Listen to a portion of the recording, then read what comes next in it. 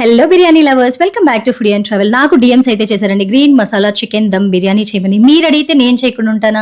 అందుకే time waste చేయకుండా వెంటనే ప్రిపరేషన్ అయితే స్టార్ట్ చేసేసాను. మీకు కూడా ఇలాంటి రెసిపీస్ ఇంకేమైనా కావాలంటే నాకు కమెంట్ చేసి చెప్పండి. నెక్స్ట్ వీడియోలో ఖచ్చితంగా చేసేద్దాం. సో ఈ రోజు బిర్యానీ ఇరక్కొట్టేద్దాం పదండి. ప్రిపరేషన్ అయితే స్టార్ట్ చేశాను. ముందుగా నేను కేజీ బాస్మతి రైస్ తీసి కడిగి చక్కగా పక్కన నానబెట్టేసుకున్నాను.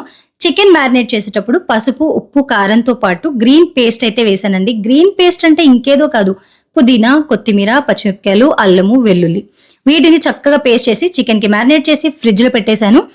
గ్రేవీ ప్రిపరేషన్ కోసం నేను బిర్యానీ గిన్నె అయితే పెట్టుకున్నానండి. దీంట్లో నూనె, నెయ్యి రెండు సరి సమానంగా వేసుకొని అది వేడెక్కిన తర్వాత బిర్యానీ స్పైసెస్, ఉల్లిపాయలు, టమాటాలు, పచ్చిమిరపకాయలు అయితే వేసుకున్నాను. ఇవి చక్కగా మగ్గిపోయిన తర్వాత మనం ఏదైతే మ్యారినేట్ చేసుకున్న చికెన్ ఉంటుంది కదా, అది ఇందులో వేసాను. చూసారు కదా, నేను 1.5 hours ఫ్రిడ్జ్ లో పెట్టానండి మ్యారినేట్ చేసి. చూడండి ముక్క ముక్కకి మసాలా ఎంత చక్కగా పట్టేసిందో.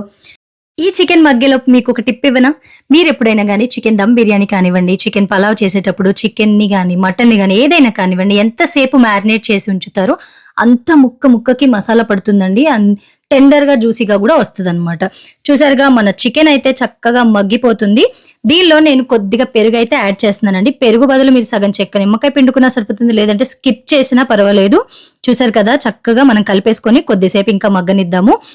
దీనిలోనే కాస్తంత కొత్తిమీర, పుదీనా వేసి మూత పెట్టి మగ్గనిచ్చేద్దాం. ఇది మగ్గేలోపు మనం బిర్యానీ కోసం బాస్మతి రైస్ ఉడికించుకుందాం పదండి.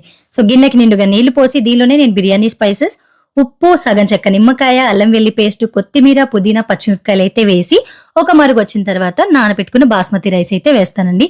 ఇక్కడ మీకు ఇంకొక డౌట్ రావచ్చు, నానబెట్టుకున్న బాస్మతి రైస్ లోనే నీళ్లు పోసి ఇవన్నీ వేసి ఉడికించవచ్చు కదా అనేసి. అలా కూడా చేయొచ్చండి, కానీ అదేంటంటే కొంచెం టైం ఎక్కువ పడుతుంది. ఇదైతే మీకు చాలా తక్కువ టైంలో చక్కగా బిర్యానీ అనేది త్వరగా రెడీ అయిపోతుంది అనమాట. అందుకని నీళ్ళు మరిగిన తర్వాత మనం ఈ బాస్మతి రైస్ అయితే వేసేసుకుందాము. బాస్మతి రైస్ అయితే ఉడికిపోయింది. చికెన్ మీద మనం లేయర్స్ గా అయితే వేసేసుకొని దమ్ పెట్టేసుకుందాము. ఇలా లేయర్స్ గా వేసినప్పుడు కూడా మీరు కాస్తంత ఉప్పు, సాల్ట్ ఉంటది కదా, సాల్ట్ అలాగే ఇంట్లో తయారు చేసుకున్న మసాలాని అలా స్ప్రింకిల్ చేసుకోండి. కొత్తిమీర, పుదీనా, మీకు అడిషనల్ గా ఫ్రైడ్ ఆనియన్స్ కావాలనుకుంటే అది కూడా యాడ్ చేసుకోండి. నేనైతే స్కిప్ చేశాను. ఇందులో వచ్చేసి నేను బాస్మతి రైస్ ఉడికించిన వాటర్ 2 glasses, అలాగే ఫుడ్ కలర్ బదులు పాలలో పసుపు నానేసుకొని దాన్ని ఫుడ్ కలర్ కింద అయితే యూజ్ చేశాను.